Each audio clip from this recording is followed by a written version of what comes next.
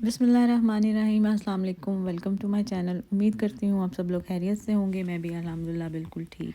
जी, तो जैसे पिछली अपनी कई वीडियोस में मैंने बचपन के रमज़ान का ज़िक्र किया है, थोड़ी सी सैडनेस का ज़िक्र किया है। तो आज बस मैं थोड़ी अपनी बचपन की याद ही ताज़ा कर रही हूँ। आज मेरे हस्बैंड ने बोला कि सहरी में चिकन पुलाव बनाया जाए, क्योंकि वो सहरी में राइस ही लेते हैं, तो राइस के ही ऑप्शंस में से एक ऑप्शन उन्होंने सिलेक्ट किया जो कि चिकन पुलाव का था। और उसके साथ मैंने ज़र्दा ऐड किया अपने बचपन की याद ताज़ा करने के लिए। जी, तो होता कुछ यूँ था कि जब रमज़ान आता था तो मेरे फ़ादर, मेरे ताया वग़ैरह सब हाँ, तीनों अशरों में अलग-अलग दिनों में जो थे नमकीन और मीठे चावलों की देग पकवाया करते थे और फिर उनको मोहल्ले में रिलेटिव्स में सब में बाँटा करते थे। और मेरे फ़ादर की डेथ के बाद ये अब मेरे भाई करते हैं अल्हम्दुलिल्लाह। मैं तो पाकिस्तान में नहीं हूँ इस टाइम, तो मैंने सोचा कि चलो मैं चिकन पुलाव तो बन ही रहा है, उसके साथ मैं ज़र्दा बना लेती हूँ। तो जी, मैं साथ मैंने रेसिपी भी रिकॉर्ड कर ली कि आप लोगों के साथ शेयर करूँगी। तो रेसिपी कुछ इस तरह से है कि मैंने राइस लिए तकरीबन 1 पाव, और उनको मैंने फुल बॉयल किया है, बिल्कुल भी कोई कनी उसमें नहीं रहने दिया। और उसमें कोई और चीज़ ऐड भी नहीं की, सिरका वगैरह भी उसमें कुछ भी ऐड नहीं किया। लेकिन ये है कि राइस को बड़े अच्छे तरीके से फुल बॉयल कर लिया, और बादाम को भिगो के अवन में उनको बॉयल करके अब मैं छिलके उतार के उसको बाकी ड्राई फ्रूट में ऐड कर रही हूँ। और उसके बाद 2 चम्मच के करीब मैंने देसी घी लिया। मीठा मैं जब भी बनाती हूँ मैं देसी घी में ही बनाती हूँ। उसी से ही उसका फ्लेवर आता है, उसी का मज़ा होता है।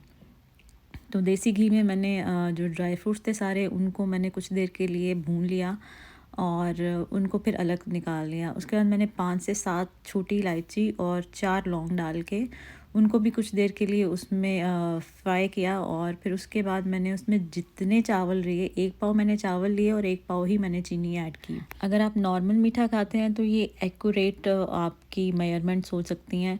अगर आप ज़्यादा मीठा लेते हैं तो इससे थोड़ी सी ज़्यादा चीनी ऐड कर सकते हैं। अगर थोड़ा मीठा कम लेते हैं तो थोड़ी सी चीनी कम कर लिए, लेकिन ये एक्यूरेट मीठा है, ना ज़्यादा ना कम। तो जी, इसकी चाशनी बनाने के लिए मैंने इसमें दूध ऐड किया है, पानी का ऐड नहीं किया है।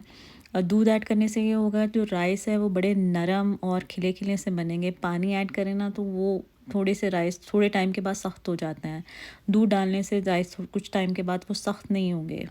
दूध भी मैंने तकरीबन 1 कप के जितना दूध ऐड किया था, और जैसे ही वो दूध गर्म होना शुरू हुआ, बॉयल का मैंने वेट नहीं किया और मैंने उसमें राइस ऐड करके उनको अच्छे से मिक्स किया। राइस को मिक्स करते हुए एक चीज़ का ख़्याल रखना है कि राइस टूटे नहीं।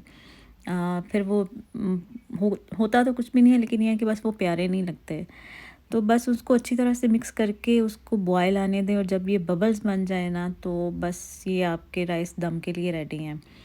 तो मैंने जब ये चेक किया, अब इसमें थोड़ा-सा दूध था लेकिन उससे कोई फ़र्क नहीं पड़ता। अच्छा दम लगाना जिसको आता है उसके राइस बहुत अच्छे बनेंगे।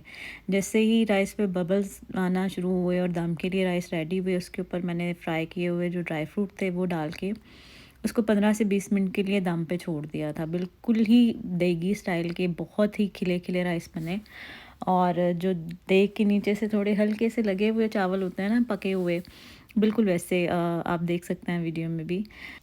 तो मेरे से तो वेट नहीं हुआ, मैंने तो गरम-गरम निकाल के उसी टाइम थोड़े से खाए, और काफ़ी मज़ेदार बने थे। आप भी ज़रूर ट्राई करिएगा।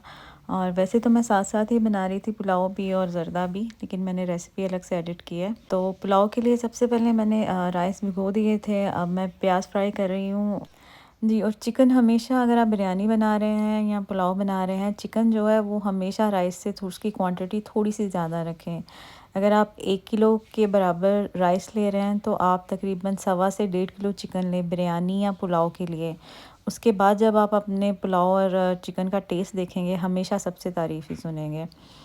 तो जी, यहाँ मेरे जो पुलाव के लिए प्याज मैं फ्राई कर रही थी वो ऑलमोस्ट गोल्डन ब्राउन हो चुके हैं। थोड़ा-सा उसका फ्लेवर हल्का-सा मैं तेज़ रखूँगी ताकि उसमें चावलों का जो एक देगी कलर होता है ना वो भी आए, और उसमें फ्राई होते हुए मैंने उसमें ज़ीरा भी ऐड कर दिया था।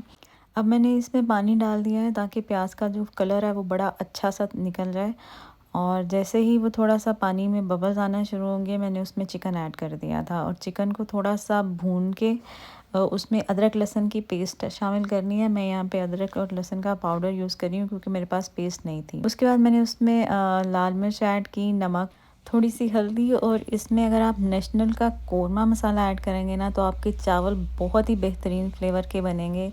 बिल्कुल देग का जायका उसमें आएगा। तो वो सब मसाले ऐड करके उसके बाद टमाटर ऐड करके उसको अच्छे से भून लेना है। और यहाँ पे मैं थोड़ा सा साबुत धनिया भी ऐड कर रही हूँ क्योंकि मेरे हस्बैंड को पसंद है पुलाव में। तो उसको अच्छे से भूनने के बाद उसका जब कोरमा रेडी हो जाएगा ना तो थोड़ा सा पानी डाल के उसकी यखनी में चिकन को पकने के लिए मैं रख दूँगी। जी, तो यहाँ पे मैंने इसमें तेज़ पत्ता और जो साबुत लाल मिर्च होती है वो ऐड की है। क्योंकि मैं देगी बिल्कुल देगी स्टाइल का बना रही हूँ तो उसके लवाज़मात भी डालना बहुत ज़्यादा ज़रूरी है। क्योंकि जब आप कोई एक ख़ास किस्म की चीज़ बना रही हैं तो उसके लवाज़मात का ख़याल रखना बहुत ज़्यादा ज़रूरी होता है। अदरवाइज़ नॉर्मल तो हम बनाते ही रहते हैं। तो जी ये सब चीज़ें डालने के बाद उसको अच्छे से कोरमा को भूनना है ताकि जो चिकन का जो स्मेल वग़ैरह होती हैं या जो एक्स्ट्रा स्पाइसेस हमने ऐड किए हैं वो एक तो अच्छे से पक जाएँ और उनकी जो स्मेल है वो खाने में तब्दील हो जाए, वो कच्चे मसाले की स्मेल नहीं रहनी चाहिए। तो जी अब इसमें पानी शामिल कर देते हैं और चिकन को हम ऑलमोस्ट हाफ़ कुक कर लेंगे, बाकी जो है वो राइस के साथ पकेगा। जी, तो कोरमा यहाँ पे रेडी है, चिकन भी ऑलमोस्ट हाफ़ डन हो चुका है। अब इसमें मैं पानी ऐड करूँगी और साथ में राइस ऐड कर दूँगी। पानी की क्वांटिटी पुलाव में आप जितने राइस लेते हैं उसके एग्जैक्ट डबल ले लें, वो बेस्ट रहती है। अगर आपका चिकन फुली कुक्ड है तो फिर उतना ही पानी डालें, चिकन को पकने के लिए पानी की ज़रूरत नहीं है, वो स्टीम में ही थोड़ा और नरम हो जाएगा। और उसके अलावा एक और मेजरमेंट करने का तरीका है कि जब आप पानी ऐड करें और राइस ऐड कर लें तो जिस चम्मच से आप कुक कर रहे हैं उसको सेंटर में रखें और वो अगर हाफ़ तक पानी आ रहा है तो बेस्ट है। आपके बिल्कुल परफेक्ट मेजरमेंट हो जाएगी, बहुत ही अच्छे राइस बनेंगे। तो जी यहाँ पे मेरा राइस चिकन पुलाव भी तैयार हो चुका है। इसको मैं बस पलट दूँगी थोड़ा-सा और अच्छा लाइफ़ में आपके कुछ ऐसे मोमेंट्स आते हैं जो आपको रियलाइज़ कराते हैं कि आप सच में बड़े हो चुके हैं। वैसे तो वो लोग जिनके पेरेंट्स इस दुनिया से जल्दी चले जाते हैं वो उसी लम्हे में ही बहुत ज़्यादा बड़े हो जाते हैं अपनी उम्र से। लेकिन मैं ये उन कुछ मोमेंट्स की बात कर रही हूँ जो लाइफ़ में आपको आते हैं और रियलाइज़ करवाते हैं कि ये जब हम माँ-बाप के होते हुए या बचपन में करते थे तो वो सीन और था और अभी उनकी वैल्यू कुछ अलग ही हो जाती है। हम ऐसी-ऐसी चीज़ों को वैल्यू करने लग जाते हैं जो शायद हम लोगों की, अगर मैं इस तरह से कहूँ कि हमारी नाक पे नहीं बैठते थे, तो ये उनमें से एक लम्हा है कि जब मुझे ये कॉम्बिनेशन कभी पसंद नहीं था। मेरी एक कज़न है ताया की बेटी, वो इस तरह से खाया करती होती थी और मैं हमेशा ये सोचती थी कि ये क्या मज़ाक है। लेकिन अब मुझे ख़ुद को काफ़ी ज़्यादा ये खाने का मज़ा आया, चावल, नमकीन और मीठे मिक्स करके। वो कहते हैं ना, मस्त मौल और मिठे चौल। तो जी यहीं पे वीडियो को एंड करती हूँ। उम्मीद करती हूँ आपको वीडियो पसंद आई होगी।